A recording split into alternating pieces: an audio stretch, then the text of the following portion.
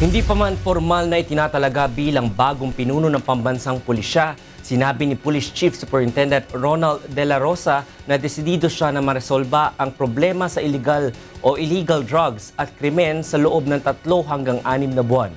Ito ang balita ni Leia Ilagan.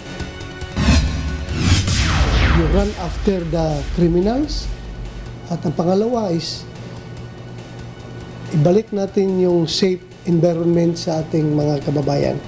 Desidido si Police Chief Superintendent Ronald De La Rosa na wakasan ang problema sa droga at krimen sa loob ng 3 hanggang 6 na buwan kung siya ang itatalagang hepe ng pambansang pulisya. Sa 3 pinagpipili ang maging hepe, sinasabing si De La Rosa ang top choice ng Duterte administration.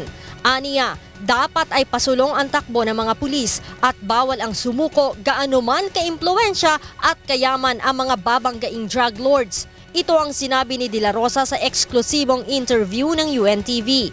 Kailangan talaga. Otherwise, magbabalot-balot ako. Hindi ko pala kaya. Bakit ko tinanggap itong posisyon na ito? Kaya naman, agad niyang ipatutupad ang Oplan Tukhang sa buong bansa sa pag-upo niya sa pwesto. Ang Oplan Tukhang ay naging epektibo sa Davao. Ang tutok hangyo sa salitang Tagalog ay katok at pakiusap. Sa operasyong ito, kinakatok ang bahay ng mga suspected drug personalities at pinakikiusapang tumigil o umalis na lamang. Ngunit bago niya linisin ang buong bansa, uunahin muna niyang linisin ang hanay ng PNP sa mga pulis na tiwali at sangkot sa operasyon ng ipinagbabawal na gamot. If you consider yourself as anay sa organisasyon, sinisira mo yung organisasyon, you better shape up. Babala naman niya sa mga pulis na ayaw magtrabaho, umalis na lamang sa pwesto upang mapalitan ng bago. Commander ka lang dyan para mag-enjoy. Tapos yung crime rate ng lugar mo, yung kriminalidad ng lugar mo, napakataas.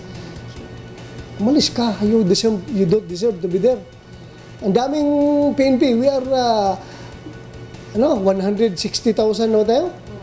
160,000 strong, ganun kalaki. Tapos magtitiis ako sa iyo, magtatyaga ako sa iyo, anong klaseng commander ka na hindi mo kayang gampanan yung trabaho mo, umalis ka. Sa kabila nito, nais naman daw niyang ituring siyang ama ng 160,000 tauhan ng PNP na maaari siyang lapitan anumang oras. Kwento pa ni General De La Rosa, pangarap niya lang dati na magretiro nang may isang estrelya sa balikat at hindi niya inaasahan na balang araw ay pamumunuan niya ang pambansang pulisya. Kaya naman, gagawin niya raw ang lahat upang hindi mabigo ang milyong mga Pilipino na umaasa ng malaking pagbabago tulad na lamang ng ligtas na makauuwi sa kanilang tahanan araw-araw. Leia Ilagan, UNTV News, Worldwide.